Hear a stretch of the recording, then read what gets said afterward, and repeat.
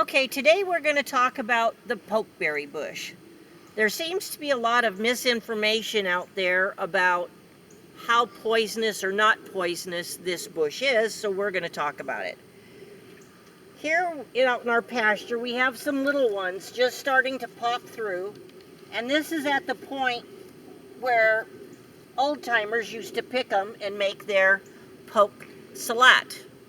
Not salad, but salat.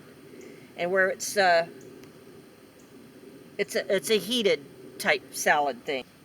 Okay, and here are some older ones, and you can see they're starting to get their little bloom stalks on. Excuse me. Which those will turn into, you can see the little individual, well here I'll just pick one. And you can see where the little individual berries will now come out on after they bloom. So we have stands of them all over in the pasture. When we first moved here, this whole place was just covered with them, and we've been kind of cutting them down over the years. The sheep and goats will eat them, but not all the time. I know a lot of people are worried about their animals eating them. They normally won't if they have enough other food. Sometimes they will. We've never had anybody get sick or die from eating them. Now another thing is they're also very easy to break. Very fibrous. Very a lot of liquid inside. As they get older, you can actually pop them and you'll see liquid drain through the inside of them. But okay, now we're going to go up to a stand where they have the actual ripe berries and show you that, and we'll pick some. Yeah. Okay, here we have some plants. As you can see, I'm 5'7", so they get, they can get 6 feet and taller.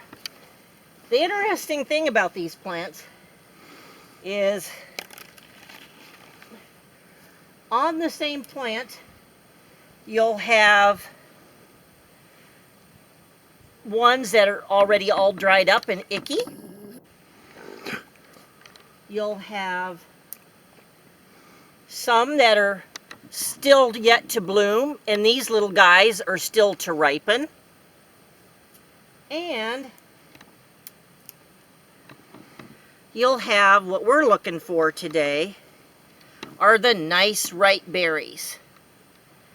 And these can be used in a couple of ways. And we're going to do a couple of videos on them in a little bit. One, you can use them for dyeing fabrics. They do best in wool. And you can make an awesome jelly out of them. So that's what we're going to be doing out here today, is we're going to be picking a bunch of these. And you can see on my finger where one's squished in the bright purple color it has. If you also look at the plant, you can see it's kind of stripped up to a certain level. When we first let the sheep in here, it was like a little jungle in here because these were so bushy and big, and the sheep have come and eaten it up to a certain level where they can't reach anymore. And obviously it's not done them any harm. And it does make it really nice for me because it makes it easier for me to get in here and pick these berries. So that's what I'm going to start doing now. And there again, a lot of people think that if you touch these with your bare hands, that you're poisoning yourself. And I mean, it doesn't do anything to you. I've done this for several years. I've never broken out. Never had a problem. Now, if you have super sensitive skin, you might want to wear some plastic gloves or something. Now, usually these will pop right off the stem, but I did bring a little knife in because sometimes the little stems are a little thicker than. But yeah, we have these things growing all over the place. And the reason I even found out you could make the jelly is because we had so much of them. And I wanted to see if they would be useful at all. So I did a lot of research, and I like to make jams and jellies that have kind of been forgotten. What they used to make back in the 17 and 1800s, and that's how I found the recipe for this. And some lady had updated it a little bit, and which you will see when we go inside. Now these also make a lovely juice that you can make some really interesting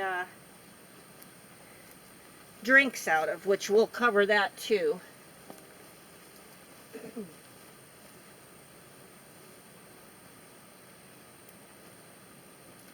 As you can see, one plant will give you an awful lot of berries, and if you keep up with it, it just keeps producing and producing and producing. Got some sheep over here being all curious what we're doing.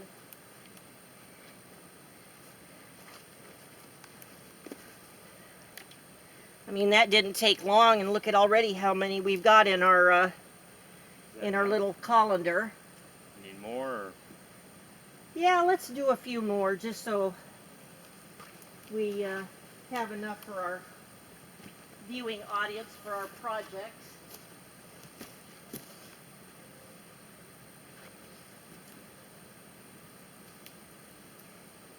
You could go ahead and shut that off.